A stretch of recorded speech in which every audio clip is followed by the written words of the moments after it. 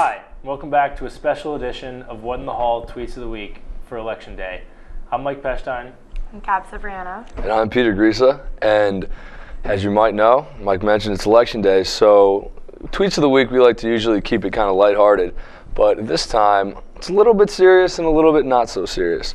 So we're going to take a look at the top 5 most popular hashtags from the election season on Twitter. So number 1, Gab, what was number 1?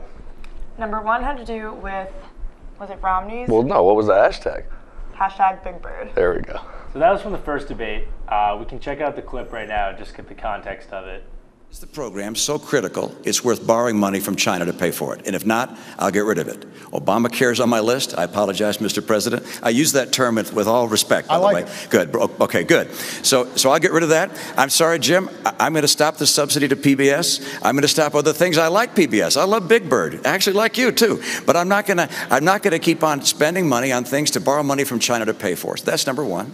Number 2, I'll take programs that are... So, as you can tell, the whole basis of this, well, first and foremost, the moderator of that debate was Jim Ware. He's a pretty popular comm guy. He works for PBS. So that's why it was like kind of like a personal thing from Romney to this guy.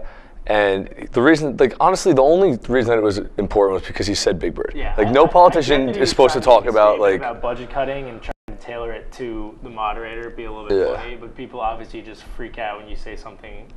Yes, that's like off something that's like off the track, and apparently like the government only spends like 0.04% of the budget or something like that on PBS.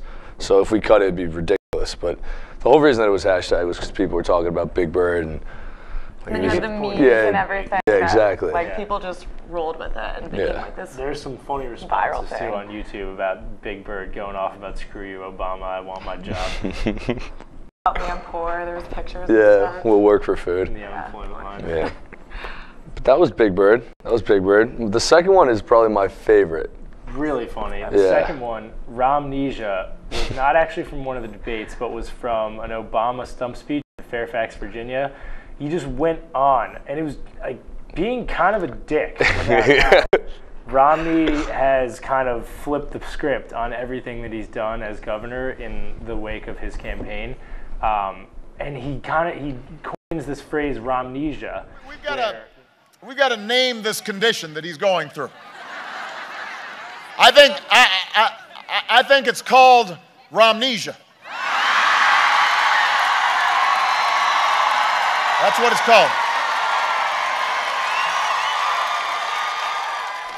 But like I said, it gets pretty rude about it, very sarcastic, and I mean, the funny thing is, you realize all of a sudden that he's literally ripping off of a Jeff Foxworthy blue-collar comedy routine. Like the, you might be a redneck routine. Yeah, like so he'll give... You know, if you say you're for equal pay for equal work, but you keep refusing to say whether or not you'd sign a bill that protects equal pay for equal work, you might have Romnesia.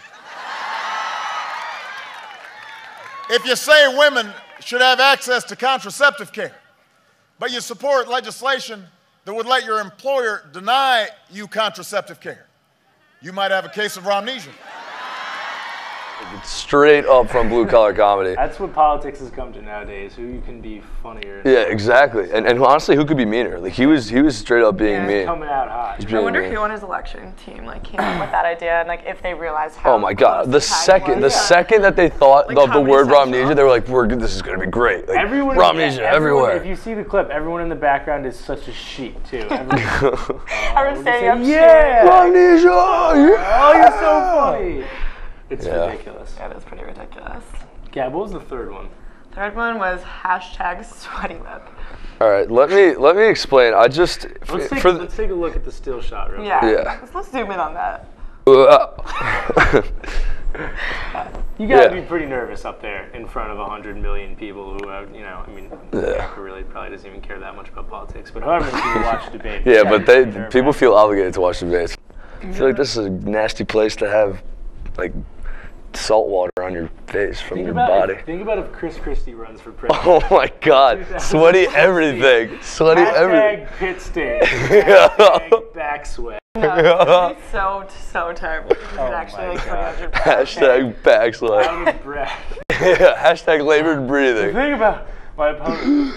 No, he better lose some weight or he's going to get like a heart attack at the Because the thing is, ever since the 1960s, when things started getting publicized, you have to look like a president. Yeah. That's like Kennedy. That's why Kennedy was part of good. the Kennedy election was the fact that Richard Nixon looked like looked like frail. Well, people were calling and then this Kennedy is the this Nixonian Clark Kent looking guy with a great slick. Hot dude. He looked like hot dude. Kennedy was a hot dude. So. Next hashtag. Hashtag horses and bayonets. This was from what, the second or third debate? Yeah. I think it was second? Yeah. Third. No, it was the third one. Third. Yeah, so he was talking about Romney's outlook on the military, and he made some kind of comment about the Navy that they had less ships, and so Obama came back and kind of hit him with a little witty jab. Let's take it out. I'm looking at how our military works. You mentioned the Navy, for example, and that we have fewer ships than we did in 1916. Well, Governor, we also have fewer horses and bayonets, because the nature of our military has changed. We have these things called aircraft carriers where planes land on them. We have these ships that go underwater, nuclear submarines. And so the question is not a game of battleship where we're counting ships. It's what are our capabilities? And so when I sit... Once again, Obama just coming out hot from the gates. Ever since the first debate, when they kind of got in each other's faces and kept interrupting each other and set that tone, they've just been tearing into each other. He's talking to him literally like he's 5 years old, and he's explaining what a submarine We is. have ships that go underwater. Aircraft carriers where planes live. He's obviously making fun of it. Oh my God, yeah, for sure. Poor Romney, but... It's pretty funny though, honestly. It is pretty Because he came up with that off the cuff. Like that's pretty horses. Like who thinks of horses and bayonets? I want to know how many little jabs and comebacks they have written before. Because it's not them. They have 25 people, speechwriters working trained on these people who little, are like who go through all the stuff that they've done. Mr. President, here's your binder of dickhead comments for this coming debate. I wonder if they sit there and they go over and they're like, not this is too far. Like, or like if they just roll with it. No, there's definitely there's a line. There's a limit. Like fifth hashtag was binders full of women. Where'd this come from? Romney's first debate. First debate? I believe. It was second debate. It doesn't matter, but let's take a look a debate. real quick. And I said, how come all the people for these jobs are all men? They said, well, these are the people that have the qualifications. And I said, well, gosh, can't we find some women that are also qualified? And so we took a concerted effort to go out and find women who had backgrounds that could be qualified to become members of our cabinet. I went to a number of women's groups and said, can you help us find folks? And they brought us whole binders full of women. I was proud of the fact that after I staffed my cabinet and my senior staff, that the University of New York in Albany did a survey of all 50 states and concluded that mine had more women in senior leadership positions than any other state in America. Basically, I think it's kind of degrading that he had to say that he had a binder full of qualified women, like for the jobs. Because the reason that blew up is I think everyone's first thought was, ooh, that kind of sounds prostitution. Yeah. It doesn't sound good. Like even if he was trying to say the right thing, like it just did not come out. Yeah, you picture Mitt Romney and you just flipping through a binder. I literally picture him flipping through Playboy, like Playboy magazine, because he's like qualified, not qualified, qualified. And the fact that he like talked about how he like deliberately went and like solicited like yes. Books of women. Yes. I don't know. I mean, it's good of him to, seek out women for these positions and stuff, but the fact that it even needs to be done is like... Yeah, exactly. We think that we live in a time of equality. Yeah. For him to say he had to go find women. I'm Mitt Romney. I voted for Mitt Romney absentee, but he trips himself up sometimes. He does. He's just, the bottom line is Obama's just, he's a great talker. He's good at talking. Exactly, dude. And so was Hitler. So think about that. Obama's gonna rule the world. All right, but those are the top 5 political hashtags from the 2012 election. So if you can get out there and vote, or if you are from California, I hope you already sent in your absentee ballot. Swing states, looking at you. Go out there and get your voice heard, but it doesn't matter because only the Electoral College does. No, it should be a good election, so definitely have your voice be heard and try to vote. And on that note, thanks for watching.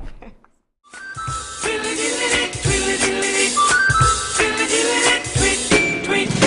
tweet, tweet. Rods in the treetop all the day.